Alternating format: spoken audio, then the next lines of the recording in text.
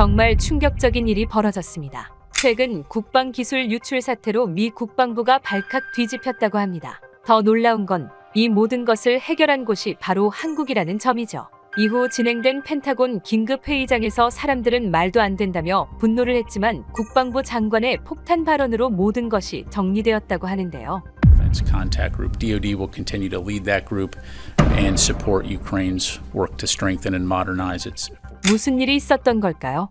안녕하세요. 저는 루카스 맥클라인이라고 합니다. 미 국방부 소속 분석관이죠. 오늘은 제 인생을 완전히 뒤바꾼 사건에 대해 이야기를 해보려 합니다. 그날 저는 펜타곤 회의실에서 열리는 긴급 회의를 앞두고 호흡을 가다듬었습니다. 극비 기술 유출 사태로 국방부 상층부가 모두 모인 자리였죠. 테이블 주변에 앉은 군 장성들과 분석관들의 얼굴엔 긴장감이 역력했어요. 시작하겠습니다. 자리에 앉자마자 앤드류 핸더슨 차관보의 딱딱한 목소리가 회의실을 채웠죠. 이번 기술 유출 사태의 범위와 영향, 그리고 동맹국들의 협력 현황을 검토할 것입니다. 맥클레인 분석관, 보고해 주시죠. 제 이름이 호명되자 등줄기에 땀이 흘렀습니다. 자료를 준비하는 동안 발견한 흥미로운 데이터가 있었거든요. 아마 대부분이 예상하지 못했을 것입니다. 저는 태블릿을 큰 화면에 연결했습니다. 기술 추적 과정에서 우리가 주목해야 할 부분은 한국의 기여도입니다. 유출된 기술의 흐름을 역추적하고 코드 패턴을 복원하는 과정에서 한국 측 분석팀이 결정적인 역할을 했습니다. 화면에 데이터가 떠오르자 회의실에 긴장감이 감돌았어요. 한국이 미국의 동맹국이라는 건 모두가 알고 있었지만 기술적 기여도가 이 정도일 줄은 아무도 예상치 못했던 겁니다. 핸더슨 차관보가 안경을 고쳤으며 자료를 검토했죠. 이 자료가 정확하다면 한국의 기술력은 우리가 평가한 것보다 상당히 높은 수준이군요. 그때였습니다. 테이블 반대편에서 리처드 브룩스의 날카로운 목소리가 울려 퍼졌습니다. 한국이라고요? 결국 미국 기술을 흉내내는 나라 아닙니까? 이런 과대평가는 위험합니다. 브룩스는 30년 경력의 분석관으로 보수적 성향이 강했어요. 그는 자리에서 반쯤 일어나며 의견을 이어갔습니다. 우리 모두 알다시피 한국은 기술 모방의 역사를 가진 국가입니다. 80년대 일본 제품을 모방하던 방식에서 크게 달라지지 않았죠. 심지어 저희의 보호를 거의 공짜로 받고 있는 나라 아닙니까? 그런 나라를 어떻게 주요 기여국으로 평가할 수 있습니까? 한국의 과도한 중요성을 부여하는 것은 미국의 기술 리더십을 스스로 약화시키는 행위입니다. 그들은 우리의 아래에 있다고요. 그의 말에 회의실은 순간 얼어붙었습니다. 몇몇 장성들이 불편한 듯 자세를 고쳤고 한국계 미국인인 김소령의 표정이 굳어졌죠. 순간 모든 시선이 저에게 쏠렸습니다. 제 보고서에 의문을 제기한 브룩스의 도전에 어떻게 대응할지 기다리는 듯 했어요. 저는 숨을 깊게 들이마시고 자료를 천천히 넘겼습니다. 감정에 휘둘리지 않는 게 중요했죠. 브룩스 분석관님의 우려 이해합니다. 하지만 지금 보시는 이 데이터는 객관적인 지표입니다. 기술 복원 과정의 알고리즘 기여도,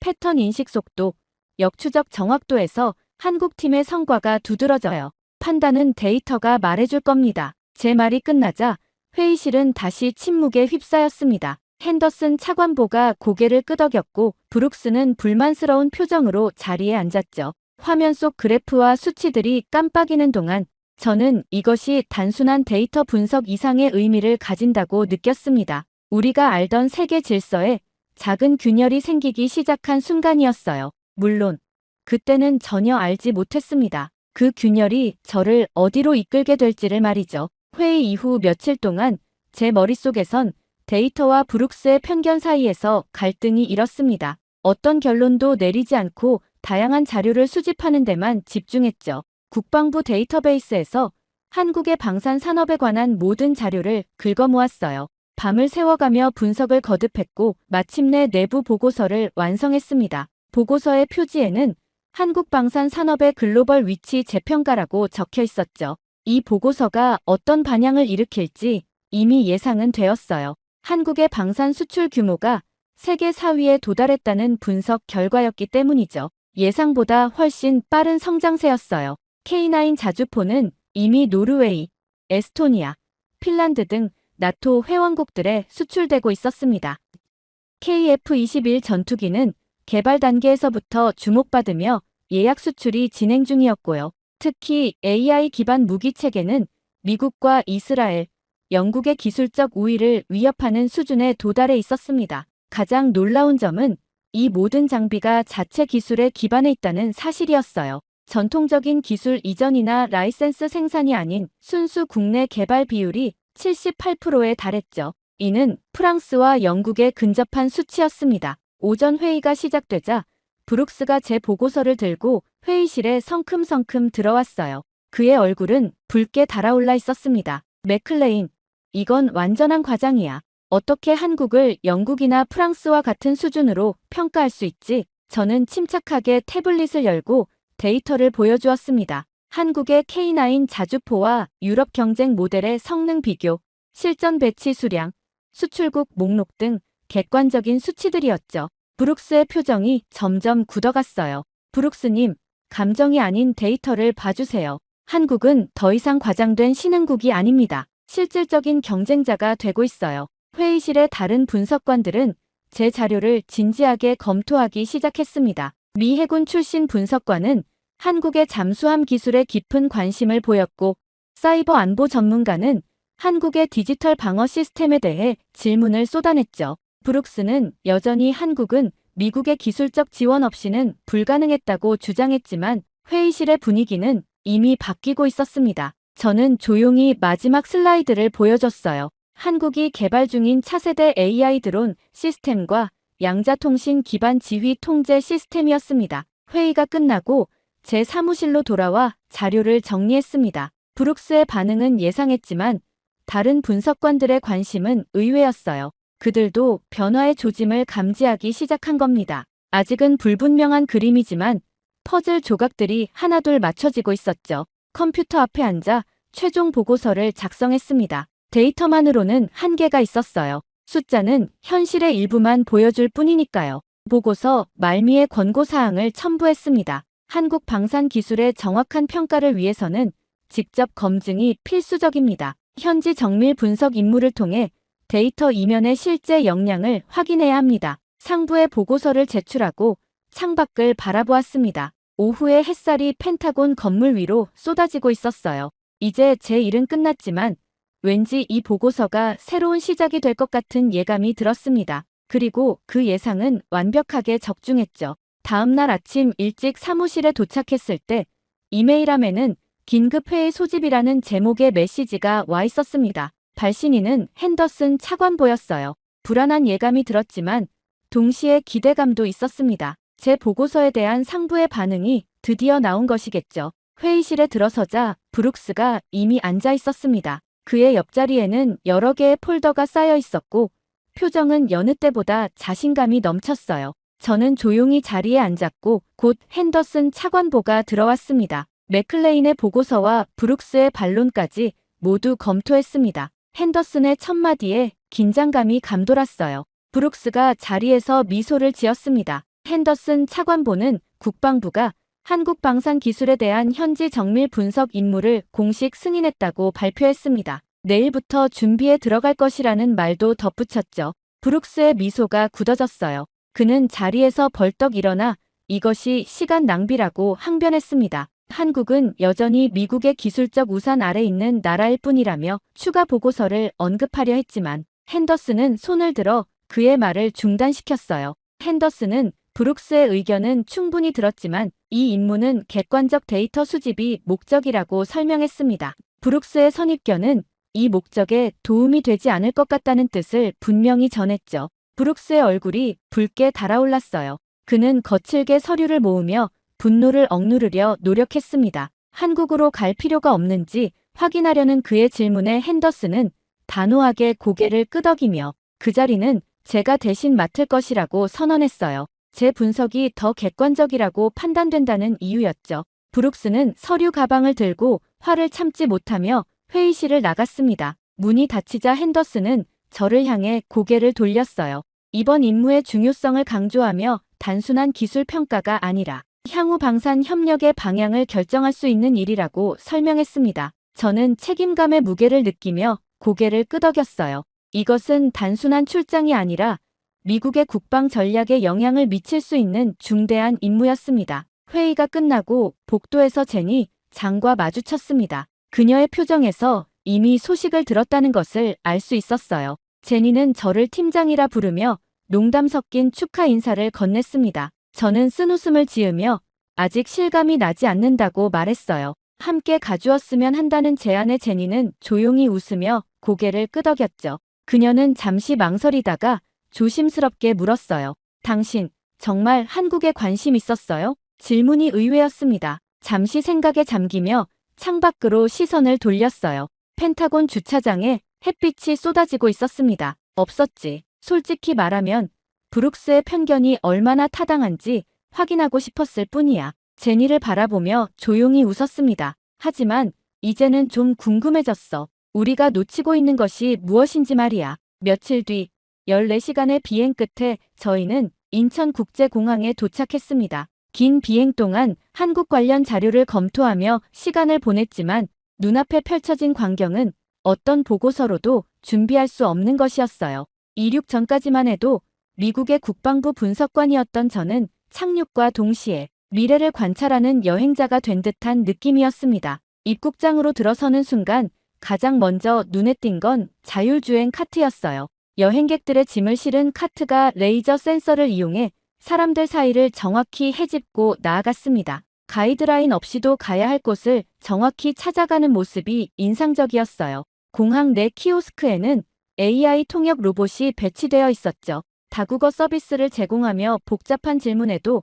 자연스럽게 답변하는 모습을 보며 잠시 멈춰 서서 지켜봤습니다. 입국 심사대는 생체인식 시스템으로 사람의 개입 없이 처리되고 있었어요. 제 차례가 되자 눈과 지문, 얼굴 인식을 통해 신원이 순식간에 확인되었습니다. 심사관은 단지 모니터를 확인하는 역할만 하고 있었죠. 모든 과정이 미국에서 경험한 것보다 훨씬 빠르고 효율적이었습니다. 출구에서는 한 남자가 제 이름이 적힌 태블릿을 들고 서 있었어요. 그는 이정훈 대령이었습니다. 예상했던 것보다 젊고 세련된 모습이었어요. 완벽한 영어 발음으로 저를 맞이했죠. 이정훈 대령은 제 짐을 무인 운송 시스템에 맡기고 공항 밖으로 안내했습니다. 외부에는 이미 무인 택시가 대기하고 있었어요. 차에 오르자 그는 목적지를 말하지 않고 단지 손목에 찬 기기를 터치했습니다. 차량이 부드럽게 출발했어요. 창밖으로 펼쳐지는 서울로 향하는 고속도로의 풍경이 흥미로웠습니다.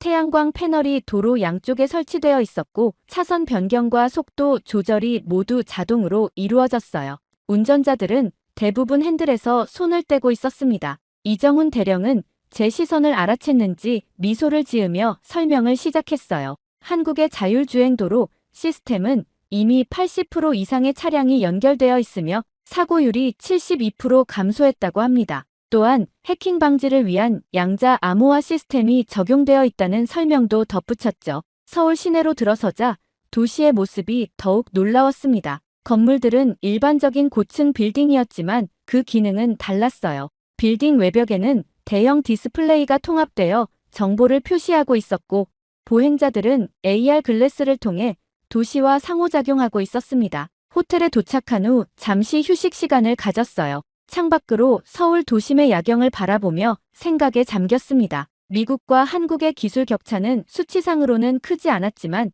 실제 적용과 통합 측면에서는 상당한 차이가 있었어요. 이건 단순한 기술 문제가 아니라 사회적 수용과 구현의 차이였습니다. 저녁 식사를 위해 이정훈 대령과 만났을 때 그는 제 생각을 읽기라도 한 듯 말했어요. 한국이 보여줄 것은 총이나 전투력만이 아니라 전장 전체를 새롭게 정의하는 방식이라고 설명했습니다. 그의 말에 고개를 끄덕이며 내일부터 시작될 본격적인 조사에 대한 기대감이 커졌어요. 다음 날 아침 일찍 이정훈 대령이 호텔로 마중을 나왔습니다. 오늘은 용산 국방부를 방문하는 일정이었어요. 차창 밖으로 서울의 아침 풍경이 펼쳐졌습니다. 출근길 사람들은 모두 무언가에 연결된 듯 했어요. 스마트 기기를 통해 걸으면서도 정보를 주고받고 AR 글래스를 쓴 사람들의 모습이 낯설지만 흥미로웠습니다. 용산 국방부에 도착하자 철저한 보안 검색이 이어졌어요. 생체인식, 망막 스캔, 양자 아이디 확인까지 미국 국방부보다 더 엄격한 절차였습니다. 놀랍게도 모든 과정이 10초 내에 완료되었어요. 기술의 발전이 단순히 기능 향상이 아닌 효율성의 극대화로 이어진 사례였죠. 국방부 중앙 브리핑룸으로 안내받았습니다. 방에 들어서자 벽면 전체가 디스플레이로 변했어요. 이정훈 대령이 손목 장치를 조작하자 갑자기 공간 중앙에 3D 홀로그램이 나타났습니다. 지구본 형태로 시작해 점차 확대되며 한국의 방산 지도를 보여주기 시작했어요. 처음에는 단순히 인상적인 시각 효과라고 생각했지만 곧 그 정보의 깊이에 압도되었습니다. K무기 시스템의 전 세계 배치 현황, 실시간 운영 데이터, 유지보수 상태까지 모든 정보가 완벽하게 통합되어 있었어요. 이건 단순한 프레젠테이션이 아닌 살아있는 정보 생태계였습니다. 이정훈 대령은 홀로그램을 조작하며 K9 자주포의 구조를 확대했어요. 3D 모델이 공중에서 분해되며 내부 시스템이 드러났습니다. 특히 눈길을 끈 것은 AI 기반 자율 사격 통제 시스템이었어요. 이 시스템은 기존 미국 모델보다 30% 더 빠른 표적 획득 능력을 가지고 있었습니다. 다음으로 KF-21 전투기로 화면이 전환되었어요. 이 전투기의 스텔스 기능과 무장 시스템이 상세히 표시되었습니다. 특히 전자전 능력이 인상적이었어요. 중국과 러시아 레이더를 회피하는 기술이 독자적으로 개발되어 있었습니다. 홀로그램은 다시 지구본으로 돌아가 한국 방산 수출의 흐름을 보여주었어요. 아시아, 유럽, 중동, 심지어 남미까지 한국의 무기 체계가 수출되고 있었습니다. 특히 폴란드, 터키, UAE와의 대규모 계약이 눈에 띄었어요. 이는 단순한 무기 판매가 아닌 전략적 동맹의 확장이었습니다. 가장 놀라웠던 것은 실전 배치력이었어요. 한국은 무기 시스템을 수출할 뿐만 아니라 완전한 통합 시스템으로 패키지화하고 있었습니다. 다른 나라들이 부품별로 판매하는 것과 달리 한국은 턴키 방식으로 전체 시스템을 제공하고 있었어요. 이런 접근법이 빠르게 시장 점유율을 높이는 비결이었습니다. 홀로그램이 사라지고 회의실의 불이 다시 켜졌어요. 이정훈 대령은 제 반응을 기다리는 듯 했습니다. 저는 노트북으로 열고 메모를 확인했어요. 그동안 자동으로 정리된 노트가 있었지만 제 손으로 직접 한 줄을 추가했습니다. 진짜로 놀랍다. 이정훈 대령은 그 말에 미소를 지었어요. 이것은 시작에 불과하다며 오후에는 실제 장비를 볼 수 있게 준비되어 있다고 했습니다. 점심 식사 중에도 머릿속은 방금 본 정보들로 가득했어요. 브룩스의 말처럼 미국 기술을 흉내낸 수준이 아니었습니다. 이건 완전히 다른 접근법이었어요. 미국이 우월한 개별 기술에 집중한다면 한국은 그 기술들을 어떻게 통합하고 실전에 적용할지에 집중하고 있었습니다. 점심 후 창밖을 바라보며 생각했어요. 이곳에서 본 것은 단순한 중소국의 모습이 아니었습니다. 미국과는 다른 방식으로 접근하는 전략적 중심 국가의 위상이 뚜렷했어요. 저는 오후 일정을 위해 자리에서 일어났습니다.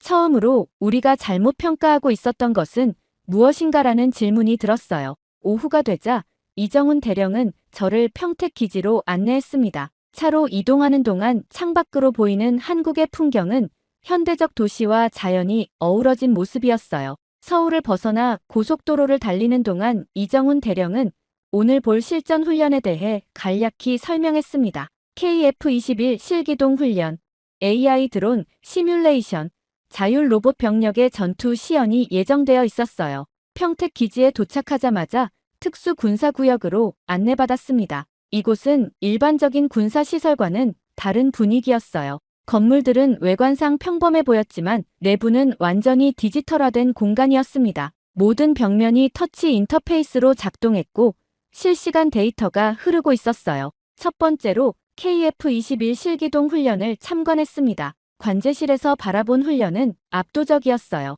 조종사들은 실제 비행과 가상 시뮬레이션을 동시에 진행하고 있었습니다. 실제 KF-21이 하늘을 날고 있는 동시에 조종석 내부에서는 증강현실로 가상의 적기와 교전이 이루어지고 있었어요. 이정훈 대령은 이 시스템이 실전 경험 없이도 조종사들에게 실전과 유사한 훈련을 제공한다고 설명했습니다. 특히 흥미로웠던 점은 AI가 실시간으로 파일럿의 의사결정을 분석하고 최적의 대응책을 제시하는 방식이었어요. 미국의 F-35 훈련 시스템보다 더 진보된 접근법이었습니다. 다음으로 AI 드론 시뮬레이션 센터로 이동했어요. 이곳에서는 수백 개의 마이크로 드론이 집단 지능을 형성하는 시연이 진행되고 있었습니다. 드론들은 개별 명령 없이도 자율적으로 편대를 구성하고 장애물을 회피하며 표적을 식별해 대응했어요. 이 드론들의 가장 인상적인 특징은 통신이 두절되어도 임무를 완수할 수 있는 자율성이었습니다. 마지막으로 자율 로봇 병력의 전투 시연장으로 안내받았어요. 여기서는 사족 보행 로봇과 휴머노이드형 전투 로봇이 복합적인 임무를 수행하고 있었습니다. 불안정한 지형을 극복하고 건물 내부를 탐색하며 위험 요소를 식별하는 모습이 놀라웠어요. 특히 이 로봇들이 인간 병사와 함께 운용될 때 보여주는 팀워크가 인상적이었습니다. 시연이 끝난 후 데이터 분석실로 이동했어요. 이곳에서는 오늘 진행된 모든 훈련의 데이터가 실시간으로 처리되고 있었습니다. 인공지능이 각 시스템의 성능을 분석하고 개선점을 찾아내며 새로운 전술을 생성하고 있었어요. 이정훈 대령은 이것이 한국 방산의 핵심 경쟁력이라고 강조했습니다. 맥클레인 씨, 미국은 개별 기술에서 여전히 우위에 있을지 모릅니다. 이정훈 대령의 말에 고개를 끄덕였어요. 그의 말은 틀리지 않았습니다. 하지만 우리는 미래에 먼저 올라탔습니다. 기술을 어떻게 통합하고 운용할지, 그리고 데이터를 어떻게 활용할지에 집중했죠. 그의 말을 듣는 순간 중요한 깨달음이 왔습니다. 우리가 평가해온 것은 단순히 하드웨어였지만 실제 무기 체계의 효율성은 그것을 운용하는 소프트웨어와 데이터 활용 능력에 달려 있었어요. 한국은 그 부분에서 앞서 나가고 있었습니다. 저녁이 되어 서울로 돌아오는 차 안에서 오늘 본 것들을 정리했어요. 제 보고서에는 이제 기술적 분석뿐만 아니라 운용 철학에 대한 내용도 추가해야 했습니다. 기술이 아니라 전략이 문제였음을 이제야 깨달았어요. 미국과 한국의 차이는 개별 부품의 성능이 아니라 전체 시스템을 바라보는 시각의 차이였습니다. 셋째 날 일정은 뜻밖에도 강남에서 시작되었습니다. 이정훈 대령은 방산 기술만으로는 한국의 전략을 완전히 이해할 수 없다며 도심 투어를 제안했어요. 처음에는 의아했지만 곧 그의 의도를 알게 되었습니다. 강남 거리는 세계 어느 도시보다 디지털화되어 있었어요. K-팝 엔터테인먼트 회사 앞에는 전 세계에서 온 팬들이 증강현실 서비스를 이용해 아이돌과 가상 만남을 즐기고 있었습니다. 스마트 식당에서는 AI가 고객의 취향과 건강 상태를 분석해 최적의 메뉴를 추천했어요. 패션 매장에서는 디지털 가상 피팅이 실시간으로 이루어지고 있었습니다. 이정훈 대령은 저를 한국문화기술연구소로 안내했어요. 이곳에서 만난 박윤서 박사는 문화기술의 전략적 중요성에 대해 설명했습니다. 그녀는 한국이 세계 시장에 진출하는 방식이 전통적인 경제 모델과 다르다고 강조했어요. 우리에겐 군사만이 전략이 아닙니다. 전 세계가 한국을 소비할수록 그 신뢰가 방산에도 따라옵니다. 박윤서 박사의 말은 새로운 관점을 제시했어요. 문화 수출이 국가 브랜드와 신뢰도를 높이고 이것이 방산 수출로 이어진다는 개념이었습니다. 드라마, 음악, 게임 등 문화 콘텐츠가 국방 산업과 연결되는 방식이 흥미로웠어요. 저는 이 현상을 전쟁의 확장성이라고 노트에 적었습니다. 전통적 의미의 전장이 아닌 문화와 기술이 융합된 새로운 형태의 영향력 경쟁이었어요. 한국은 군사력만이 아닌 소프트 파워를 통해 국제사회에서의 위치를 확고히 하고 있었습니다. 이후 워싱턴 DC로 돌아오는 비행기 안에서 창밖의 구름을 바라보며 지난 일주일을 되돌아봤습니다. 노트북에는 방대한 데이터와 분석 자료가 저장되어 있었지만 제 머릿속에는 숫자로 표현할 수 없는 깨달음이 자리 잡고 있었어요. 한국에서 보고 느낀 것들은 단순한 군사기술 평가를 넘어선 패러다임의 전환이었습니다. 펜타곤에 도착한 첫날, 여러 동료들이 호기심 어린 시선으로 저를 맞이했어요. 제니 장은 제 얼굴만 보고도 무언가 변했다는 것을 알아챘습니다. 브룩스는 복도에서 저를 마주치자 무표정한 얼굴로 고개를 끄덕이고 지나갔어요. 아마 그는 제 보고서가 자신의 입장을 지지해주길 바라고 있었겠죠. 보고서 작성에 사흘을 보냈습니다. 매일 밤늦게까지 사무실에 남아 한국에서 수집한 자료를 정리하고 분석했어요. 때로는 이정훈 대령이나 박윤서 박사에게 이메일을 보내 추가 정보를 요청하기도 했습니다. 제 보고서는 단순한 기술 평가가 아닌 미국 국방 전략의 근본적인 재고를 요구하는 내용이 되어갔어요.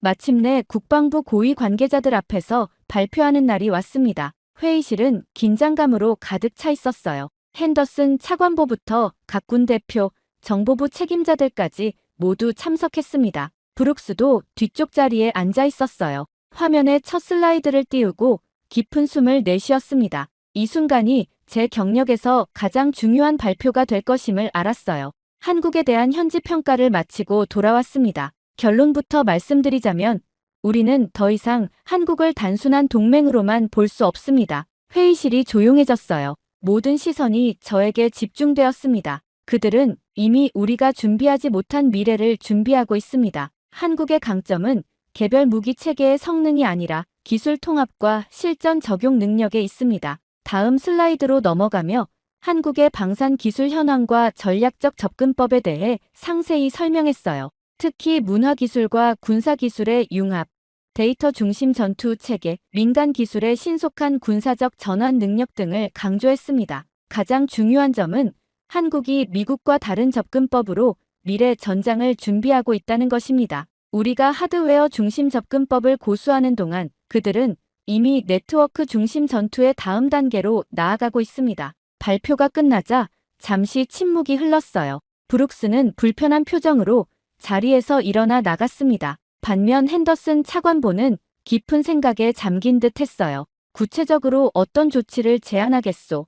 맥클레인, 한국과의 포괄적 협력 체계를 구축해야 합니다. 기술 공유를 넘어 전략적 사고방식의 교류까지 이루어져야 해요. 우리는 세계 최강 군사력을 가지고 있지만 미래 전장의 패러다임은 변화하고 있습니다. 핸더슨 차관보는 고개를 끄덕였습니다. 그는 참석자들을 둘러본 후 결정을 내렸어요. 한국과의 포괄적 협력을 선언한다. 맥클레인, 자네가 책임자가 되게. 회의가 끝나고 사무실로 돌아와 창밖을 바라봤습니다. 워싱턴의 기념물들이 먼 지평선을 장식하고 있었어요. 그 풍경은 여전히 같았지만 제 시각은 완전히 달라져 있었습니다. 한국은 과거에 의존하지 않았다. 그러니 미래를 만들 수 있었던 거지. 자신도 모르게 중얼거린 이 말이 제 머릿속에 오래 남았습니다. 강대국의 그림자에서 자신만의 길을 찾아낸 나라, 겸손하게 배우면서도 대담하게 혁신해온 나라. 이제 미국은 그들에게서 무엇을 배울 수 있을까요?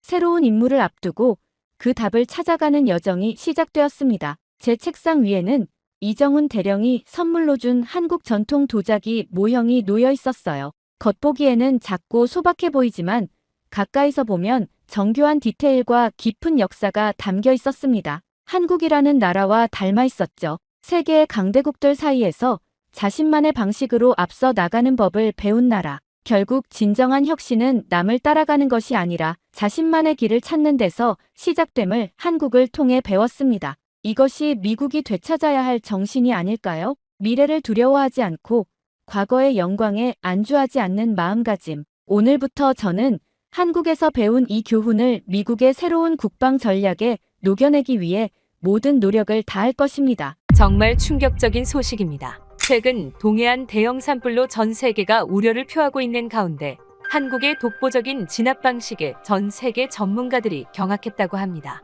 심지어 이 엄청난 위기에서 한국이 보여준 대응력이 해외 언론을 뒤흔들고 있다는데요. 심지어 미국 소방당국에서는 이러한 발언까지 했다고 합니다. tell you, my reaction first and foremost is to step back and remind myself that I'm not. 대체 무슨 일이 있었던 걸까요? 안녕하세요. 저는 CNN 국제부 기자 엘리자 브라운입니다.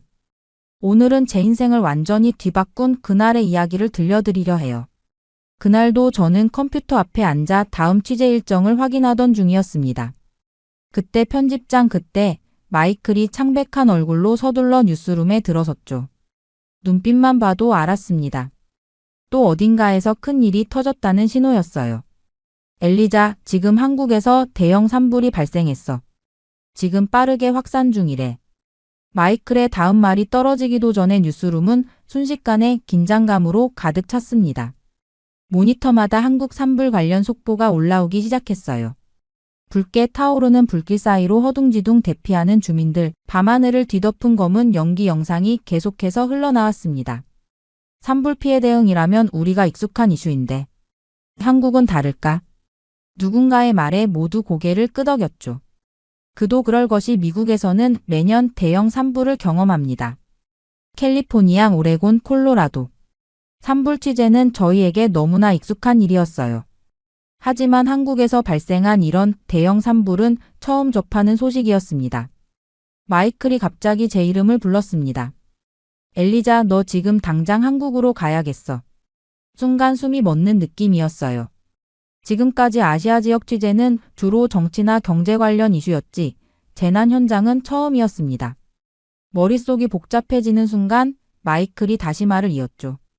이번엔 우리가 한국을 돕는 쪽이지만 오히려 그들의 반응을 주목해보자. 어떻게 위기에 대응하는지, 사회적 결속력은 어떤지, 세계적 위상이 높아진 한국의 진짜 모습을 볼 수 있는 기회야. 마이클의 말에 고개를 끄덕이며 자리에서 일어났습니다. 짐을 꾸리고 출국 준비를 하는 동안 머릿속은 온통 한국에 대한 생각으로 가득 찼어요. 한국을 방문한 적은 있지만 재난 현장에서의 한국은 어떤 모습일까? 미국처럼 혼란스러울까? 아니면 다른 모습일까? 그렇게 출발 2시간 전 마이클이 동행자를 소개했습니다. 아시아 전문 기자 빌러 존슨이었죠. 평소 아시아 국가, 특히 한국에 대해 비판적인 시각을 가진 것으로 유명한 사람이었습니다. 빌러는 저를 보자마자 비웃듯 말했어요. 재난 상황에서 본색이 드러난다고들 하지. 드디어 한국에 가려진 진실을 확인해볼 좋은 기회야. 우리가 보던 반짝이는 K-팝과 화려한 서울의 이면을 볼 수 있겠어. 빌러의 냉소적인 태도에 불편함을 느꼈지만 반박하지 않았습니다. 사실 저도 궁금했으니까요. 대한민국이라는 나라가 위기 상황에서 어떤 모습을 보여줄지. 비행기에 오르면서 노트북을 열고 한국의 산불 관련 자료들을 검토했습니다. 강릉, 동해 지역의 지리적 특성, 과거 산불 대응 사례, 최근 강원도 지역의 기상 상황까지. 하지만 자료보다 더 마음에 걸린 건 한국에 대한 선입견이었어요. 한국 도착 전부터 과연 선진국처럼 대응할 수 있을까?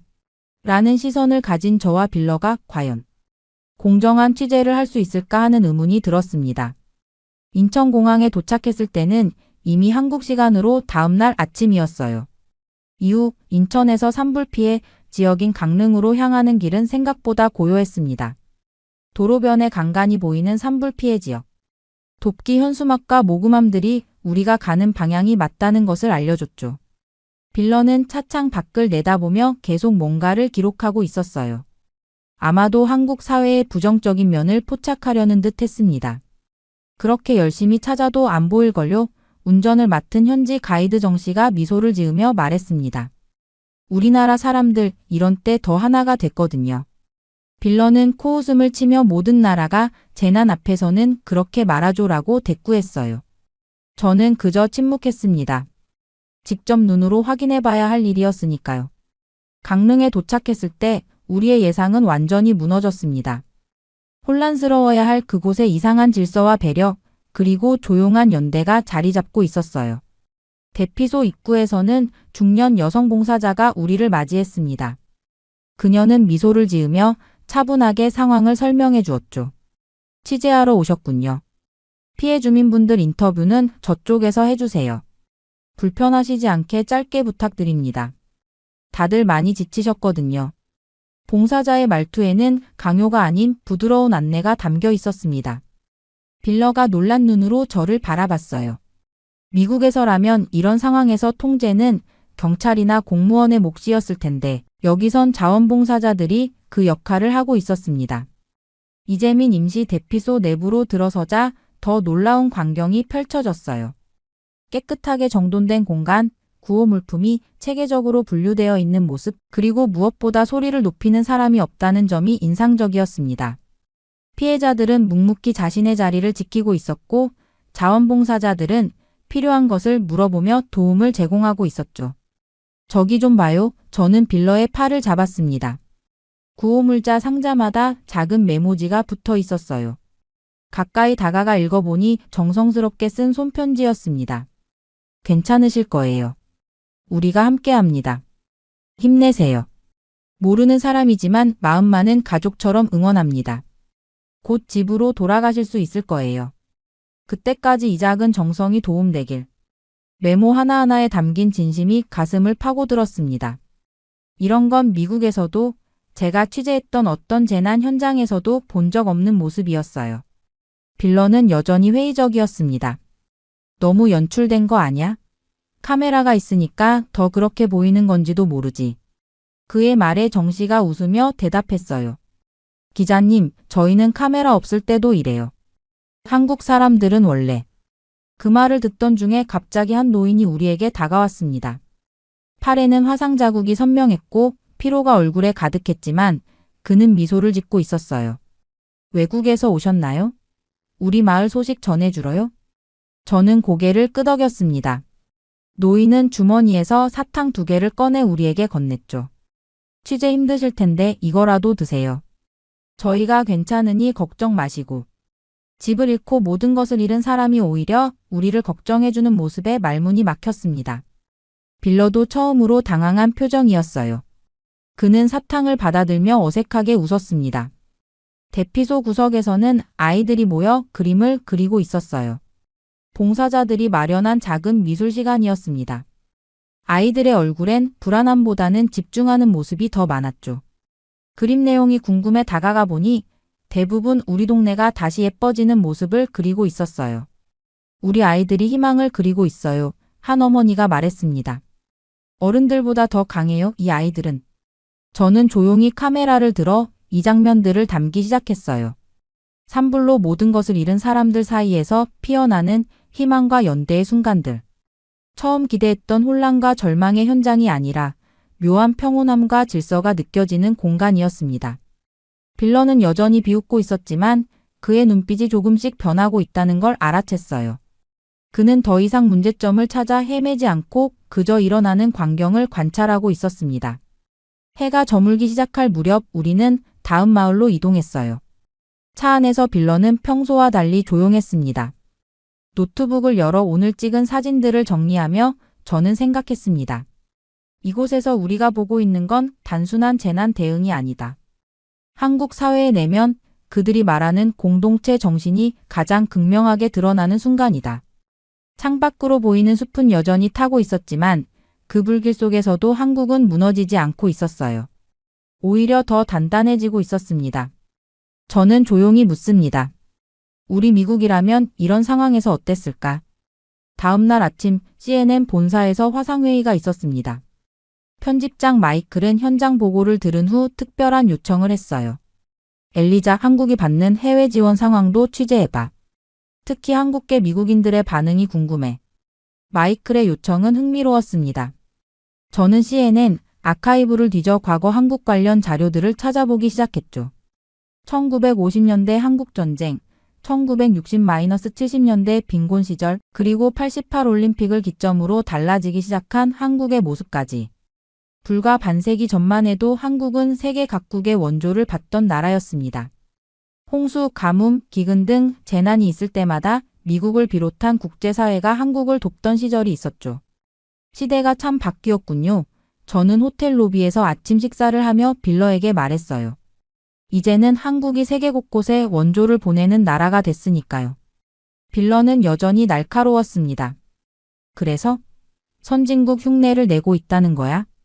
아니요, 그런 뜻이 아니라. 말을 채 있기도 전에 휴대폰이 울렸습니다.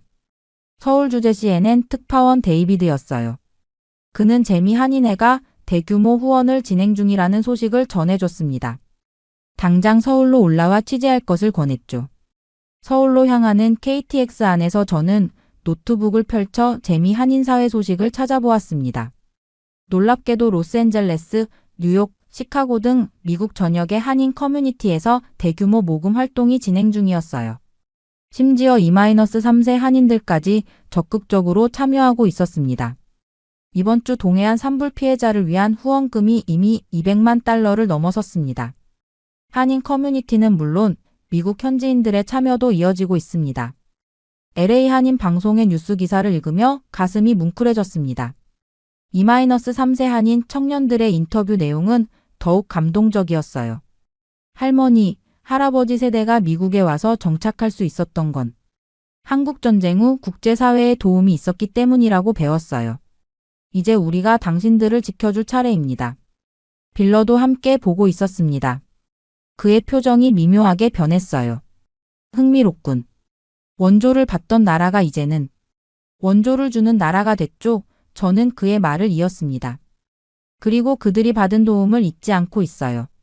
서울에 도착해 우리는 곧장 강남의 한 호텔로 향했어요. 재미 한인의 대표단이 산불피해 지원 관련 기자회견을 열고 있었습니다. 회견장은 기자들로 가득 차 있었죠. 저와 빌러도 간신히 자리를 잡았어요. 한인의 대표 박지성 씨 실명과 무관는 차분한 목소리로 말했습니다. 우리는 이미 300만 달러의 후원금을 모았습니다. 이것은 금액의 문제가 아닙니다. 우리 부모님 세대가 받았던 사랑을 돌려드리는 마음입니다. 박 대표의 옆에는 30대로 보이는 젊은 여성이 앉아 있었어요. 그녀는 영어로 자신을 소개했습니다. 시카고에서 태어나 자란 2세 한국계 미국인 변호사라고 했죠. 저는 한국어를 잘 못합니다. 하지만 부모님으로부터 한국의 정신, 정이라는 것을 배웠어요. 여러분이 보내주신 후원금에는 단순한 돈 이상의 의미가 담겨 있습니다. 그것은 바로 우리는 당신들을 잊지 않았다는 메시지입니다. 그녀의 말에 회견장은 잠시 조용해졌어요. 저는 서둘러 이 순간을 카메라에 담았습니다. 한국계 미국인 2세가 모국을 향해 보내는 진심 어린 연대의 메시지. 이것은 단순한 국제 원조 이상의 의미를 담고 있었죠. 회견이 끝나고 저는 박 대표에게 다가가 추가 인터뷰를 요청했습니다. 그는 흔쾌히 수락했죠. 미국에 사는 한국인들에게 이번 산불은 어떤 의미인가요? 저는 물었습니다. 박 대표는 잠시 생각하더니 깊은 한숨을 내쉬었어요. 1950년대 한국전쟁 직후 미국은 우리에게 희망이었습니다. 불과 70년 만에 한국은 세계 10위권 경제대국이 되었죠. 하지만 물질적 성공보다 중요한 건 우리가 받은 도움을 잊지 않는 마음입니다. 이번 산불 피해는 안타깝지만 한국계 미국인들이 자신의 뿌리를 잊지 않았다는 것을 보여주는 기회이기도 합니다. 그의 말에 깊이 공감했습니다. 역사적 관점에서 보면 한국은 원조를 받던 나라에서 이제는 원조를 주는 나라로 완전히 바뀌었어요. 더 놀라운 건 그 과정에서 과거의 도움을 잊지 않고 감사함을 간직하고 있다는 점이었습니다. 빌러는 여전히 입가에 냉소적인 미소를 띠고 있었지만 그 강도가 현저히 약해졌어요. 감성파리처럼 들릴 수도 있겠지만 어쨌든 인상적이야. 감성파리가 아니에요, 빌러, 제가 말했습니다. 이건 그들의 진짜 모습이에요. 우리가 처음 기대했던 것과는 전혀 다른. 호텔을 나오면서 저는 CNN 본사에 속보를 전송했습니다. 과거 도움을 받던 나라에서 이제는 성숙하게 도움을 주고받는 나라로. 한국의 산불 대응과 재미 한인사회 연대. 그리고 이 기사의 마지막에 저는 이렇게 덧붙였어요. 때로는 재난이 한 나라의 진정한 모습을 보여주는 창이 된다. 한국은 그 창을 통해 우리에게 성숙한 글로벌 시민의식을 보여주고 있다. 그렇게 다시 강원도로 향하는 길, 우리는 산불 피해가 가장 심각했던 동해시 인근 마을을 찾았습니다. 도착하자마자 눈에 들어온 건 길가에 늘어선 밥차들이었어요. 자원봉사자들이 피해 주민들과 구호 인력을 위해 따뜻한 식사를 준비하고 있었죠. 저기 좀 봐요, 빌러. 저는 특히 나이 지긋한 어르신들이 앞치마를 두르고 음식을 나눠주는 모습을 가리켰습니다. 저분들도 자원봉사자인가 봐요. 가까이 다가가 보니 칠수는 넘어 보이는 할머니들이 김치찌개와 된장찌개를 끓이고 있었어요. 그분들의 손길은 분주했지만 얼굴에는 미소가 가득했습니다. 저는 정 씨에게 통역을 부탁했죠. 할머니, 여쭤봐도 될까요? 왜 이렇게 먼 곳까지 오셔서 자원봉사를 하세요? 할머니는 주걱을 잠시 내려놓고 저를 바라보았습니다. 그리고는 간단히 대답하셨어요. 우리도 힘들 때 이웃의 도움 받았지. 이제 우리가 도울 차례야. 정 씨가 통역해주자 빌러도 놀란 눈치였습니다. 그는 곧바로 질문했어요. 어디서 오셨나요? 이분들은 피해자가 아닌가요? 통역을 듣자 할머니는 웃으셨습니다. 서울에서 오셨다고 해요. 그것도 자식들 몰래 친구들과 함께 기차를 타고 왔다고 했죠. 나이 먹으면 뭐해? 쓸모가 있어야지. 그 말을 듣자 가슴 한켠이 뜨거워졌습니다. 한국의 노인 문제가 심각하다는 기사는 많이 봤지만 이런 활기찬 노년의 모습은 처음이었어요. 조금 더 걸어가자 또 다른 특별한 광경이 눈에 들어왔습니다. 피해 지역 인근 주민들이 손수 싼 도시락을 들고 온 것이었어요. 그들 역시 피해자는 아니었지만 이웃이 어려움에 처한 것을 알고 각자 집에서 정성껏 음식을 준비해 온 것이었습니다. 한 중년 남성이 커다란 김밥통을 들고 와서는 소방관들에게 나눠주고 있었어요. 저는 그에게 다가갔습니다. 여기 사시는 분인가요? 네, 저는 인근 마을에 삽니다. 우리 마을은 다행히 산불을 피했어요. 그래서 조금이라도 돕고 싶어서요. 빌러가 의아한 표정으로 물었습니다. 정부나 구호단체가 아니라 개인이 이렇게 하는 건가요? 남성은 고개를 끄덕였습니다. 물론 정부도 열심히 하고 있지만 우리가 할 수 있는 일도 있잖아요. 이웃이니까요. 그 순간 놀라운 광경을 목격했습니다. 피해를 입은 주민들이 오히려 구호 인력들에게 음료수를 나눠주고 있었어요. 고생하십니다. 감사합니다. 라는 말과 함께요.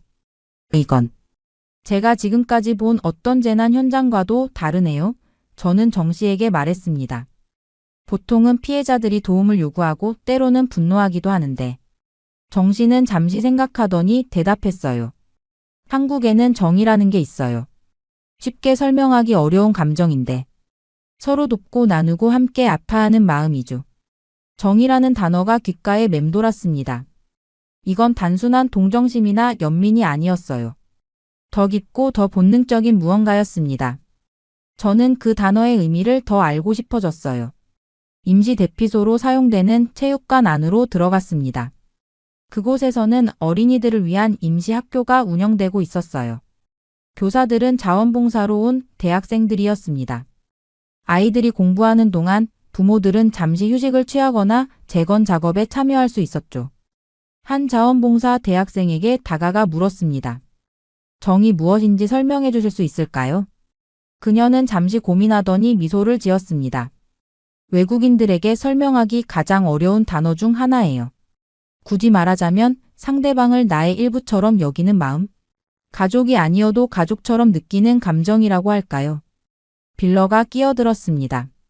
그런 건 어느 나라에나 있지 않나요? 공동체 의식이라고 할까? 대학생은 고개를 살짝 흔들었어요. 비슷하지만 조금 달라요. 정은 오랜 시간 함께하면서 생기는 끈끈함이에요. 한국은 오랫동안 어려움을 함께 겪어왔고 그 과정에서 다른 사람의 아픔을 내 아픔처럼 느끼는 법을 배웠어요. 저는 그녀의 말을 녹음하며 깊이 공감했습니다. 이정이라는 감정이 지금 이곳에서 펼쳐지는 모든 현상을 설명해주고 있었어요.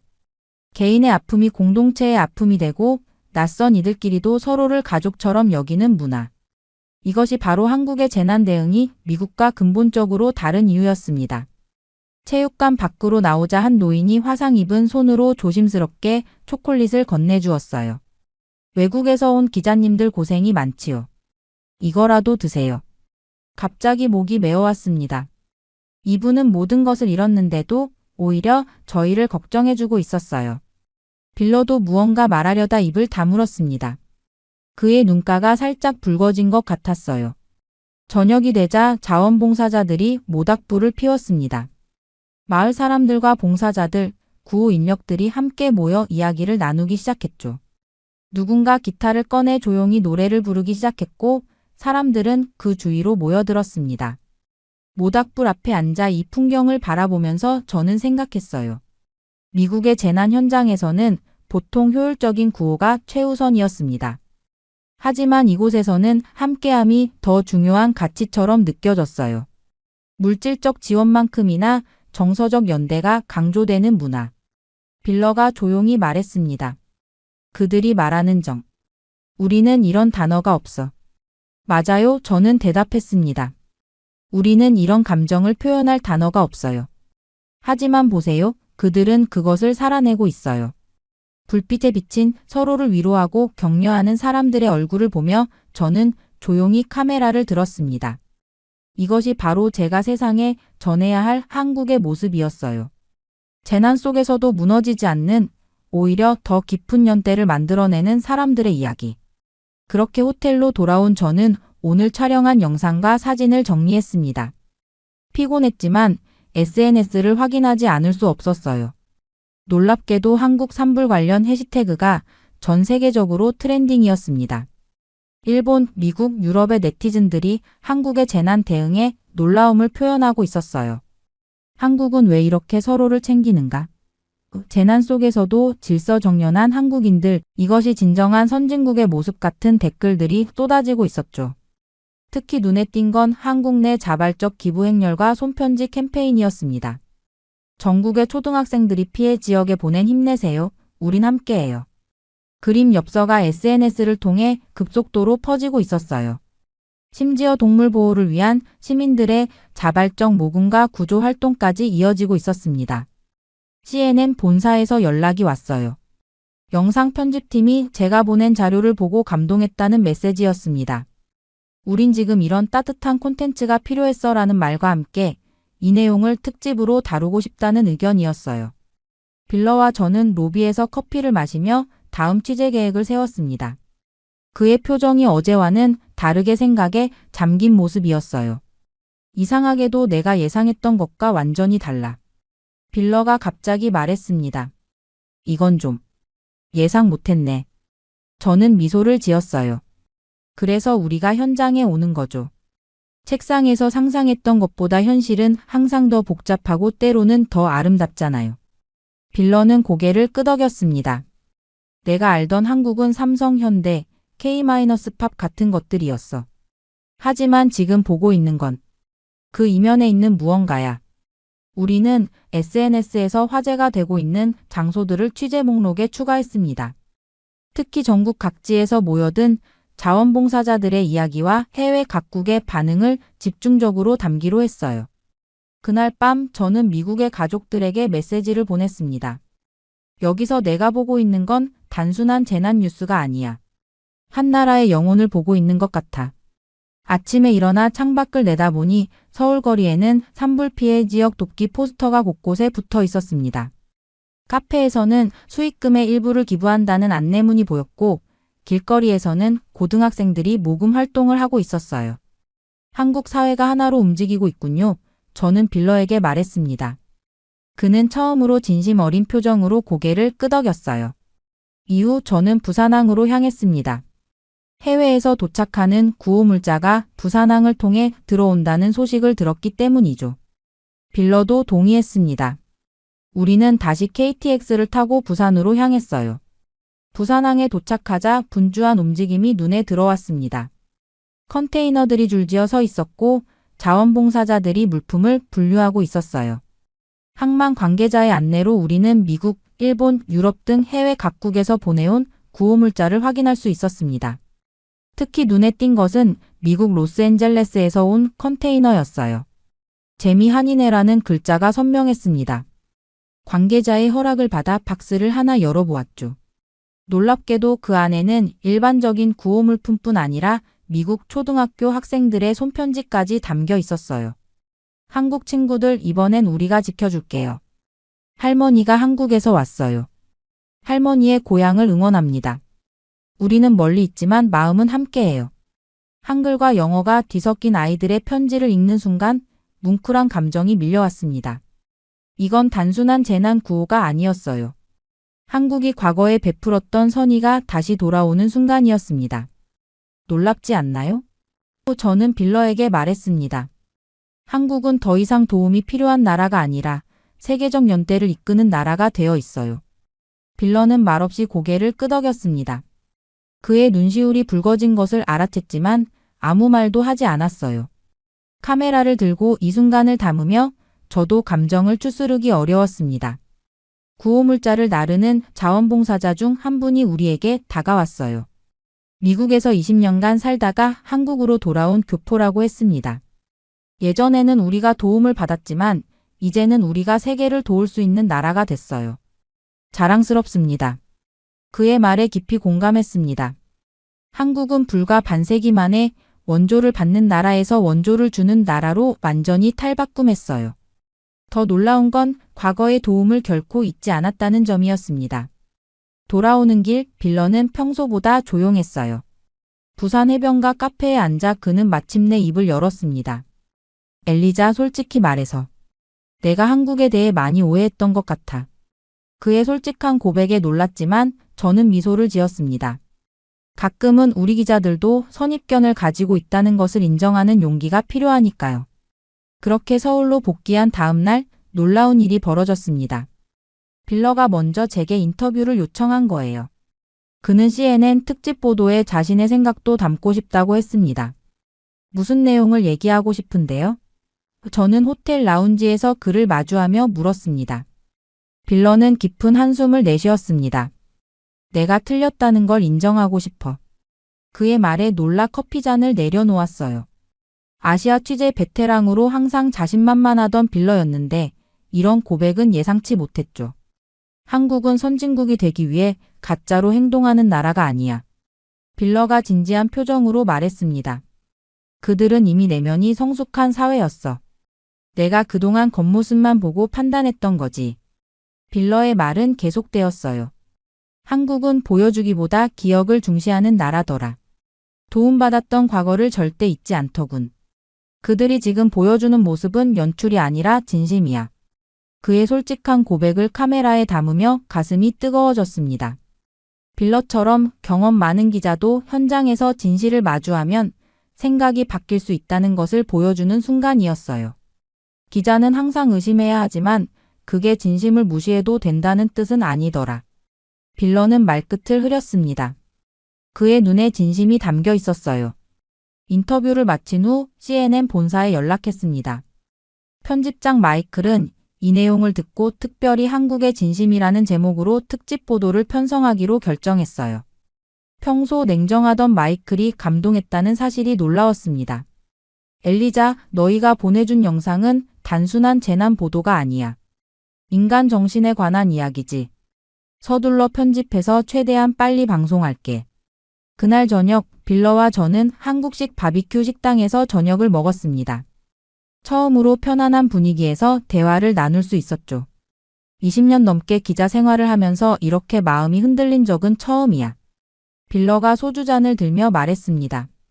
한국은 내게 중요한 교훈을 줬어. 눈에 보이는 것만이 전부가 아니라는 걸. 저는 그에게 건배를 제안했어요. 진실을 인정할 줄 아는 용기에 건배합시다. 그렇게 취재 마지막 날, 저는 혼자 다시 산불 피해 지역을 찾았습니다. 이제는 조금 다른 눈으로 한국을 바라보고 싶었어요. 빌러는 서울에 남아 최종 보도 자료를 정리하기로 했죠. 강릉으로 향하는 차 안에서 창밖 풍경을 바라보며 지난 며칠을 되새겨 봤습니다. 제가 한국에 대해 얼마나 모르고 있었는지, 그리고 얼마나 많은 것을 배웠는지 깨달았어요. 피해 지역에 도착하자 일주일 전과는 다른 모습이 펼쳐졌습니다. 재건 작업이 시작되어 곳곳에서 망치 소리가 들렸어요. 자원봉사자들의 손길은 여전했고 서로 돕는 모습도 변함없었습니다. 마을 중심에 있는 작은 시장통을 걷다가 한 구멍가게 앞에서 발걸음을 멈췄어요. 주인으로 보이는 아주머니가 가게 앞을 쓸고 있었습니다. 기자 아가씨 아니에요? 아주머니가 반갑게 물었습니다. 제가 지난번에 취재 왔던 걸 기억하시는 모양이었어요. 네, 마지막 취재를 위해 다시 왔습니다. 제가 대답했어요. 아주머니는 저를 가게 안으로 안내했습니다. 따뜻한 차 한 잔을 내어주시며 말씀하셨죠. 미국 사람들에게 우리 이야기 잘 전해주세요. 우리가 어려움을 겪고 있지만 그래도 함께하면 이겨낼 수 있다고요. 저는 고개를 끄덕이며 물었습니다. 한국이 이렇게 빨리 회복되는 비결이 뭐라고 생각하세요? 아주머니는 잠시 생각하더니 미소를 지으셨어요. 나라가 잘 살면 뭐해요? 마음이 살아있어야 진짜 잘 사는 거지.